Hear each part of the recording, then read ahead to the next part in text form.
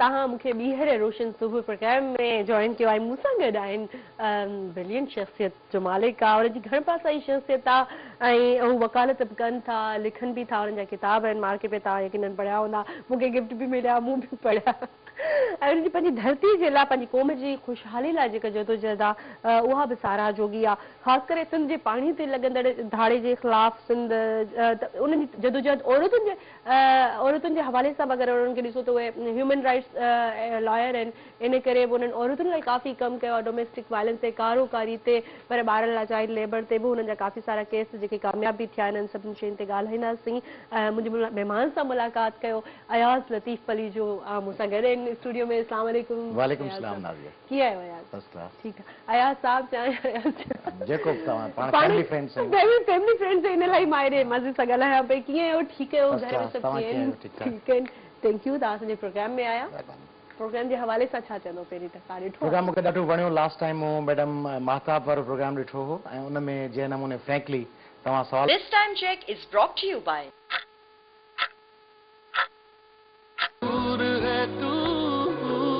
जैसा हुस्न हू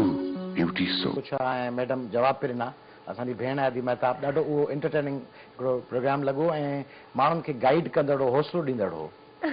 थैंक यू हींअर हिन वक़्तु सिंध जी जेका सूरत हाल आहे उन ते छा चवंदव कुझु सिंधी सूरत हाल कॉम्प्लिकेटेड आहे पर आउं नंढे हूंदे खां इलाही ऑप्टिमिस्टिक आहियां तमामु ऐं ख़ुशफ़हमियुनि जो शिकार जेके चइजे न इम्तिहान ॾियारियो थी वेंदो हलियो ॿाहिरि जो वीज़ा थी वेंदो हलियो बिज़नेस कयो थी वेंदो हलियो हींअर बि टाइम असां ड्राइव पे कयो कराची पुॼण में देरि पे लॻी चयोसीं पुॼी वेंदासीं त आउं सम्झां थो त सिंधी सूरत हाल में क्राइसिस आहे ॾाढी ॾुखी सूरत हाल आहे घेरे में आहियूं घण तरफ़े में पर निकिरी वेंदासीं ऐं चढ़ी वेंदासीं कहिड़ी सुठी ॻाल्हि अच्छा हमेशह इहे ई तव्हांजूं ॻाल्हियूं आहिनि जेके असांखे असां पाण खोड़ सारियूं कचरियूं कयूं आहिनि वेही वेही दिलि चवंदी आहे त अञा कचहरी ख़तमु न थियनि ऐं सभई पाण घर में जीअं आहे असांजो सिलसिलो नाज़रीन खे थोरो ईअं ॿुधाईंदी अलाह त असांजा बसावर ससुरी पली जो असां सभई फ्रेंड्स आहियूं ऐं भेणूं ऐं असांखे गाइड कंदा रहंदा आहिनि इलाही हवालनि सां पर घर खे टाइम ॾियो त भले अॼुकल्ह काफ़ी बिज़ी हो बाबा जो बि जेको रसूल बख्श पलीजो साहिबु जेको आहे उन्हनि बि तव्हांखे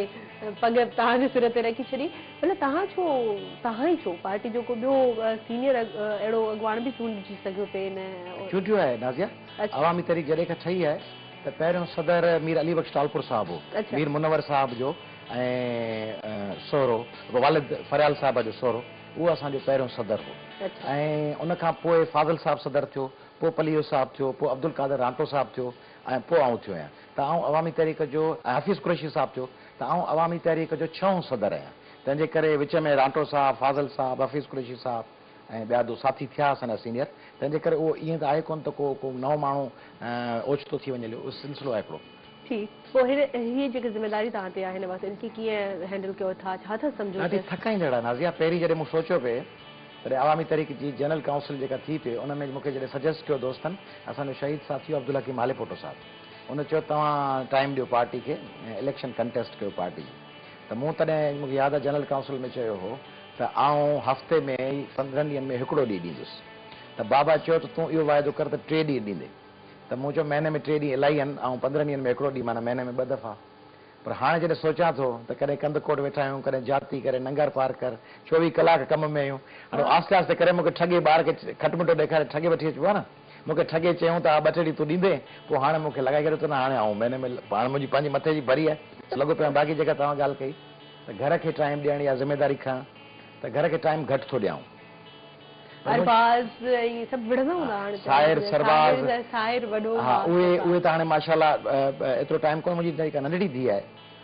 ज़ारीन नालो आहे उहा अमा जे नाले ते नालो रखियो अथऊंसि त उहा ॾाढी एंटरटेनिंग क़िस्म जो माण्हू आहे कल्ह वेठोसि घर त चांवर पे खाधई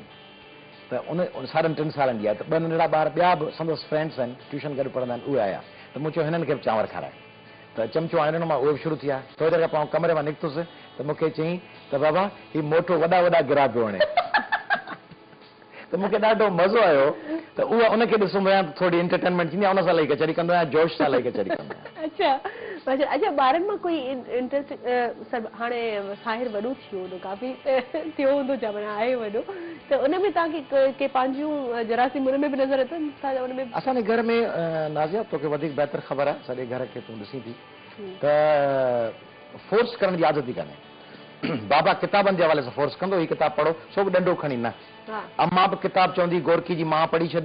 ऐं सारकर जी दीवार पढ़ी छॾ ईअं चवंदी पर अम्मा चवंदी आहे ज़रूरु पढ़ न सजेस्टिव अंदाज़ में सजेशन ॾियणु उहो हूंदो तंहिंजे करे मुंहिंजे पुटनि खे आउं चवंदो आहियां सिंधी तव्हांखे लिखणु अचे थी सिंधी पढ़णु अचे थी तकरीर कयो हिकिड़नि ॿिनि टेबलोस कया हींअर 21 फेब्रुआरी ते नंढड़ी धीअ ज़ारी ने तकरीर कई शेयर पढ़ी ऐं साहिर बॻे परफॉर्म कयो आहे ॿियो कयो आहे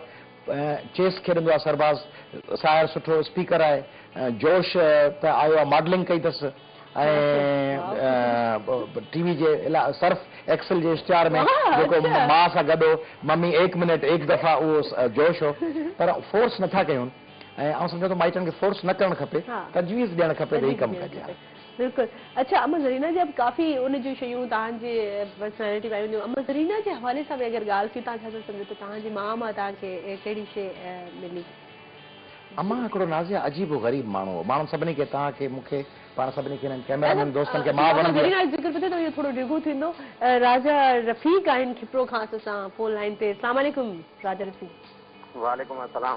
जी अस्सलाम वालेकुम साहब खां पुछंदासीं पाण नामियारो वकील आहे ऐं माशाअल्लाह सिंध में या हींअर त जेको ॾिसंदा इन खां मथे को ॻाल्हाइण वारो ऐं सुठे टॉपिक ते ॻाल्हाइण वारो माण्हू नथो मिले असां अदा त असीं ॾिसूं था त थाणो कोर्ट अदालत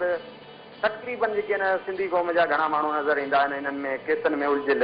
लोड़े जी डिंगरी ते या खिंगारे ते फोन या जड़ ते तकरार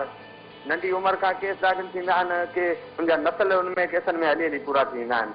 ऐं उहो जेको पुलिस खां वठी टाइपिस्ट ताईं पुरजंदो रहंदो आहे ऐं असांजे सिंधियुनि माण्हुनि में इहो कीअं जेको आहे असां इंसाफ़ मिली सघे थो उन लाइ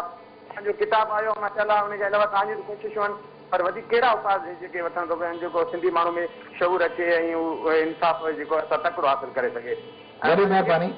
घर में होटलनि में आहिनि के कोर्टनि में आहिनि त के किथे आहिनि थैंक यू रफ़ीक इन्हनि सभिनी हवालनि सां अयाज़ लतीफ़ तव्हांखे जवाबु ॾींदा थैंक यू तव्हां कॉल कई असांखे रफ़ीक साईं वॾी महिरबानी खिपरे जी सॼी संगत खे सलाम जेके बि तव्हांजा दोस्त अहबाब हुजनि तव्हांजो सुवालु तमामु अहम आहे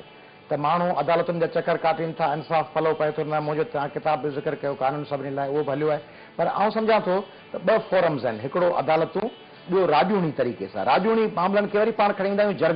जरगा अलॻि शइ आहे जरगनि में संग चटियूं ॿिया पर घर में ॻोठ में को चङो आहे उन विच में वेही ठाहे छॾियो कंहिंखे संग चटी कोन विधई कंहिंखे चर न भेटाई कंहिंखे ज़ुल्म ऐं तशदुद न कई कंहिंखे दीवार सां न लॻाई पर ॻोठ जो चङो माण्हू निकिरे वॾेरो लफ़्ज़ जेको हुनखे ख़राबु करे पेश कयो आहे अॻे वॾेरे जो कॉन्सेप्ट इहो न हो त वॾेरो माना वॾो वॾी हैसियत रखंदड़ इज़त रखंदड़ माण्हुनि जा इंसाफ़ कंदड़ त जेकॾहिं सिंध में चङा मुड़ुस हुजनि ऐं उहे पैसे में वॾा न हुजनि उहे इख़लाक़ में ऐं जवाज़ में वॾा हुजनि उहे माण्हू जेकॾहिं उहे फ़ैसिला कंदा नंढड़ा उते हली थी वेंदा पर अदालतुनि में ज़रूरु वञणु खपे पंहिंजे हक़ लाइ अदालत में केॾो जीअं पढ़ाई आहे न पढ़ाई ॾिसो 15 साल पढ़ूं था कॾहिं यूनिवर्सिटी पास कयूं था पर तंहिंजे करे पाण अदालत में जे 2-3 साल हलियासीं ऐं पाण खे इंसाफ़ मिलियो त आउं सम्झां थो त उहो तमामु ज़रूरी आहे सभु मूंखे लॻे थो त हिते रुगो फ़ोनूं ई ईंदियूं रहंदियूं पोइ असां ॻाल्हाईंदासीं छा पाण खे त कचहरी करणी आहे न अब्दुल लतीफ़ आहिनि इस्लामाबाद खां मजबूरी आहे वठूं था जी अस्सलाम वालेकुम अब्दुल लतीफ़ वालेकुम सलाम कीअं आहियो तव्हां ठीकु आहियो अलाए मां ठीकु आहियां तव्हां ॿुधायो तव्हां ठीकु आहियो बिल्कुलु ठीकु तमामु ज़बरदस्त थो हले थैंक यू अयाज़ लतीफ़ आहिनि असांजा गेस्ट अॼु असां मौजूदु स्टूडियो में जी जी असां सां ॻाल्हाइणो हो जी ॻाल्हायो हलो अस्सलाम वालेकुम सलाम लतीफ़ साहब सरकार ख़ुशि महिरबानी सर तव्हांखे ॾिठोसीं मूंखे ॾाढो ज़बरदस्त सुठो लॻो ऐं तव्हां जहिड़ो जेको आहे सिंधी में सुठो ॻाल्हाईंदड़ सुठो मुक़ररु जेको आहे 50 साल खां पोइ माना तव्हां आहियो माना जंहिंखे चइजे त सुठो मुक़ररु सुठो तकलीफ़ कंदड़ ऐं सुठो इंटेलेक्चुअल आहे तव्हां में घणियूं खूबियूं आहिनि उनजी छा ॻाल्हि कजे ठीकु आहे छो जो इन जो हिकु त तव्हां रसूल फली जो पुटु ऐं ॿियो प्लस जी ज़रीना इन्हनि शख़्सियतुनि तव्हांजी तरबियत कई हाणे असांखे ॿुधायो त उन्हनि ॿिन्हिनि जी तरबियत मां वधीक कंहिंजी तरबियत तव्हांखे मुतासिर कयो माना असरु कंहिंजो लतीफ़ साईं वॾी महिरबानी इस्लामाबाद जी संगत खे मुंहिंजा सलाम ॾिजो ऐं इस्लामाबाद नाज़िया जो बि आहे त हाणे मुंहिंजे ख़्याल में त माइटनि जी तरबियत जा घणा पहलू हूंदा आहिनि। पीउ जा ॿाहिरि दुनिया सां उथण विहण, समाज सां उथण विहण, वरी पीउ पलीअ साहिब जहिड़ो अज़ीम माण्हू हुजे, मुफ़क्किर, दानिश्वर, अज़ीम, अदीब, उनजी तरबियत त तमामु डोमिनेंट रही सॼी ज़िंदगीअ ते। पर मूं ते मुंहिंजी अमड़ जो वरी घर जे हवाले सां बाबा सालनि साल जेल में रहियो, ऐं जेको कुझु पढ़ाई में आहियां उहो अम्मा जे करे आहियां, ऐं जेको कुझु आउं रोज़गार में पंहिंजे पेरनि ते बीठल आहियां, 2 ॾोकड़ खीसे में अथमि जो आउं कंहिं ॿिए शहर में वञा सो पंहिंजी माउ जे करे आहियां। ऐं जेको कुझु मुंहिंजी फैमिली लाइफ आहे, मिटनि माइटनि सां जुड़ियल ॻंढण, उन्हनि सां उथवे में, उहो मुंहिंजी माउ जे करे आहे। तंहिंजे करे ऐं बाक़ी जेके सियासी पासू, तरबियत, एतमाद, वकालत जी गाइडलाइन ऐं समाज में उथण विहण, उहो बाबा जे करे आहे। परॾे पहिरियों दफ़ो मूंखे इंग्लैंड बाबा घुरायो, पर उनखां सवाइ ॿियनि माण्हुनि जो मूं ते तमामु घणो असरु आहे। जेको मुंहिंजी वॾी भेण आहे अदी अख़्तर, उन मूंखे तमामु घणो, उन नंढपण केजाणी जी डायरी पढ़ंदो त उन जा मूंखे ख़त अयाज़ लाइ नोरीअड़ो पिया पकड़ियूं, उनजो प्यारु। ऐं ॿियो मुंहिंजो भाउ डॉक्टर असलम, उहो डॉक्टर असलम भाउ मुंहिंजी रहनुमाई कई, कहिड़ा किताब पढ़ो, अंग्रेज़ी नॉवल्स, इब्न सफ़ी मूंखे जासूसी किताब पढ़ण जी आदत उन विधी, ऐं जेम्स हेडले चीज़, ऐं उनखां पोइ अॻिते हली जेफरी आर्चर, सिडनी शेल्डन, फिल्मूं असीं गॾु ॾिसंदा हुआसीं, क्रिकेट गॾु खेॾंदा हुआसीं। त सभिनी जो, पोइ मुंहिंजा टीचर्स, सभिनी जो गॾियल असरु आहे। फुड़ी फुड़ी तला करे माण्हू ठहे थो। तॾहिं त तव्हांजी शख़्सियत में एॾी चङो त आहे न, घणे पासा उनमें। अच्छा, मां चवां थी तव्हां सभिनी जो ज़िक्र कयो आहे, मास्तर जो बि कयो, ऐं पर मां चवां थी त तव्हांजी ज़ाल जो तव्हांजी ज़िंदगी में छा किरदारु आहे? तव्हां छा था सम्झो तव्हांजी शख़्सियत में? उन हवाले सां बि तव्हां थोरो माण्हुनि खे ॿुधायो त चवंदा आहिनि न, औरत मर्द जी कामयाबी जे पुठियां औरत हूंदी आहे, त उनमें तव्हांजी वाइफ जो केतिरो किरदारु आहे? मुंहिंजी वाइफ जेका आहे तमामु महिनती आहे, कॉम्पिटेंट आहे, ऐं बासलाहियत आहे, मेडिकल डॉक्टर बि आहे, उस्ताद बि आहे, ऐं उनखां सवाइ ॿारनि खे संभालण में तमामु हिकिड़ी सुठी उनजी एफिशिएंसी ऐं अहलियत आहे। पर असां लाइ झेड़ा जाम थींदा आहिनि। उहो इन करे जो आउं परफेक्शन जी तलाश में हूंदो आहियां, हीअ शइ छो रहिजी वई। हींअर बि आयुसि पिए त मूंखे पंहिंजी ज़ाल ते कावड़ पे लॻी गाॾी में, जो मूं हुनखे टियों ॾींहुं चयो त डिकी जो लॉक ख़राबु आहे, इहो ठाराए छॾिजी। वॾे पुट खे चई, उहो वॾे पुटु मुंहिंजे हिकु ॻाल्हि विसरी वई। तंहिंजे करे उहो विढ़ंदा इलाही आहियूं सॼो ॾींहुं, बल्कि ॾींहं में 2-3 दफ़ा विढ़ंदा आहियूं। ऐं माण्हू चवंदा आहिनि त ॾाढी दोस्ती आहे ज़ाल मुड़ुस जी, ऐं वरी अल ऐलान चवंदो आहे त जहिड़ो थींदो आहे। पर जहिड़े जे बावजूदि जॾहिं मूं शादी पे कई तॾहिं चवंदो आहे पलीअ साहिब जूं हेतिरियूं शादियूं आहिनि, फलाणे जूं हेतिरियूं शादियूं आहिनि, अयाज़ साहिब, त उहा लाइफ असांजी उहा ज़ाहिर आहे त गॾु पिया रहूं, ऐं उहा अंडरस्टैंडिंग हूंदी तॾहिं गॾु पिया रहूं। 4 ॿार आहिनि, पर टके टके जी ॻाल्हि ते बि जहिड़ो थींदो आहे। मुंहिंजी वाइफ जेका आहे वरी पंहिंजी वालिदा खां ऐं पंहिंजी भेनरुनि खां इलाही इन्फ्लुएंस्ड रहंदी आहे, पंहिंजे वालिद खां, ऐं उन्हनि जा मयार थोरा लाइफ जा असांखां डिफरेंट आहिनि। माना प्रोफेशन खे टाइम ॾियणु, लाइफ एस्टेब्लिश करणु, ऐं घर खे टाइम ॾियणु। बाबा वारो ऐं असांजो चाचनि जो भाउरनि जो मिज़ाज बि आहे, दर बर पंहिंजे जाइ ते पहिरीं क़ौम, वतन, लिखणु, घुमणु, अदीब, शाइर, कचहरियूं, उहो वरी मिज़ाज बि आहे। तंहिंजे करे उन्हनि में टकराव थींदो रहंदो आहे, पर उनजे बावजूद हू तमामु समझदारी सां घर खे मैनेज कंदी आहे। भॼण जी कोशिशि ॾाढी कई अथव, पर भॼन शाम जो घर वञणो अथव, कुझु स्किल जा ठावनि, भॼन कोन। पर असां ॾिसूं था त तव्हां, माना मां सनम जे लाइ चवंदमि त उनखे जस्ट आहे बाबा, उहा बि उनखे शाबस हुजे, वाकई ॾाढो ॾुखियो माण्हू आहे पंहिंजे मिज़ाज में। बिल्कुलु, असांखे बि ख़बर आहे त असां ॾिसूं पिया, पाण ई तव्हां चयो असां में रहंदी आहे त इहा। ख़ैर, त सवेरे चुपे ते फिल्मूं बि ॾिसंदा आहियूं, ऐं किताब बि, इहे सभु वाकई माण्हू ॼाणणु चाहींदा आहिनि त कहिड़ी फिल्मूं ॾिसो था, छा था पसंदि कयो, मुसीक़ी में कंहिंखे ॿुधंदा आहियो, शाइरी में कंहिंखे पढ़ंदा आहियो। कलेक्टिव सवाल आहे, छो जो वक़्तु घटि आहे त घणियूं शयूं आहिनि तव्हांखां पुछणियूं। नाज़िया, मुंहिंजी सॼी ज़िंदगी ईअं गुज़री अथव जो आउं पैटर्न ते न हलंदो आहियां त फलाणो माण्हू आहे, इहो माण्हू पक नसीरुद्दीन शाह ॾिसंदो हूंदो, ऐं सॼी ज़िंदगी नसीरुद्दीन शाह ऐं ओमपुरी ॾिसंदो रहंदो। ऐं फलाणो माण्हू आहे, इहो पक शौकत सिद्दीकी जो ख़ुदा की बस्ती, ऐं उदास नस्ल अब्दुल्ला हुसैन जो, या कृष्ण चंद्र जो किताब मेरी यादों के चुनार, या कुरतुल हैदर जो पढ़ंदो हूंदो, आग का दरिया। इहे सभु पढ़ी पोइ वरी आउं इब्न सफ़ी पढ़ंदो आहियां। उन में इमरान किरदारु आहे, हिकिड़ो जासूसी ॿारनि जी सतह जो आहे, 5 दर्जे जा ॿार पढ़नि, उहे बि आउं पढ़ंदो आहियां। ऐं आउं उन सां गॾु अक्षय कुमार जूं फिल्मूं बि ॾिसंदो आहियां, भागम भाग, हेरा फेरी, ऐं दे धनाधन। त माण्हू जी लाइफ रुगो अज़ाब आहे, माण्हू जी लाइफ अज़ाब नाज़िया। उन में असीं वरी घर मोटी, ॿाहिरि माण्हू कतलनि हुननि जा केस हलाए, घर अची वरी नसीरुद्दीन शाह ॾिसूं, ऐं नाना पाटेकर, त अंदरि अज़ाब थी वञे। तंहिंजे करे आउं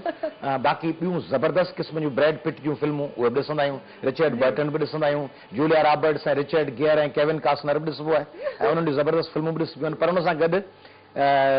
डर्टी रॉटन स्काउंड्रल्स ऐं वेडिंग क्रैशर्स इन क़िस्म जूं कॉमेडी फिल्मूं ॾिसूं आहिनि। मज़ेदार ॻाल्हियूं पियूं हलनि पर फ़ोन कॉल असांखे फ़ोन कयो आहे अब्दुल हफ़ीज़ इस्लामाबाद खां। अस्सलाम वालेकुम अब्दुल हफ़ीज़। वालेकुम सलाम। अजी हफ़ीज़ कन्नड़ पियो अचे इस्लामाबाद खां। जी जी हफ़ीज़ कीअं आहियो हफ़ीज़ कन्नड़? जी जी ठीकु ठाक तव्हां ख़ुशि आहियो? जी बिल्कुलु हा जी असीं अयाज़ साहब सां सवाल करणो आहे। बिल्कुलु ॻाल्हायो था। जी जी जी हलो साईं अस्सलाम वालेकुम। वालेकुम सलाम चनड़ साहब। साईं कहिड़ा हाल आहिनि? ख़ुशि आहियो साईं? महिरबानी। साईं ॾाढी ख़ुशी थी जॾहिं मीडिया में ईंदा आहियो त तव्हां सिंधी उहा माना लीडर हिन वक़्तु जेको सिंधी माण्हूअ जो ऐं सिंध जो बहितर नमूने केस हिकु सुठे नमूने सुठे तरीक़े सां पेश कयो पिया। साईं सवाल इहो कंदुसि त जेको न्यारी में ऑपरेशन पियो हले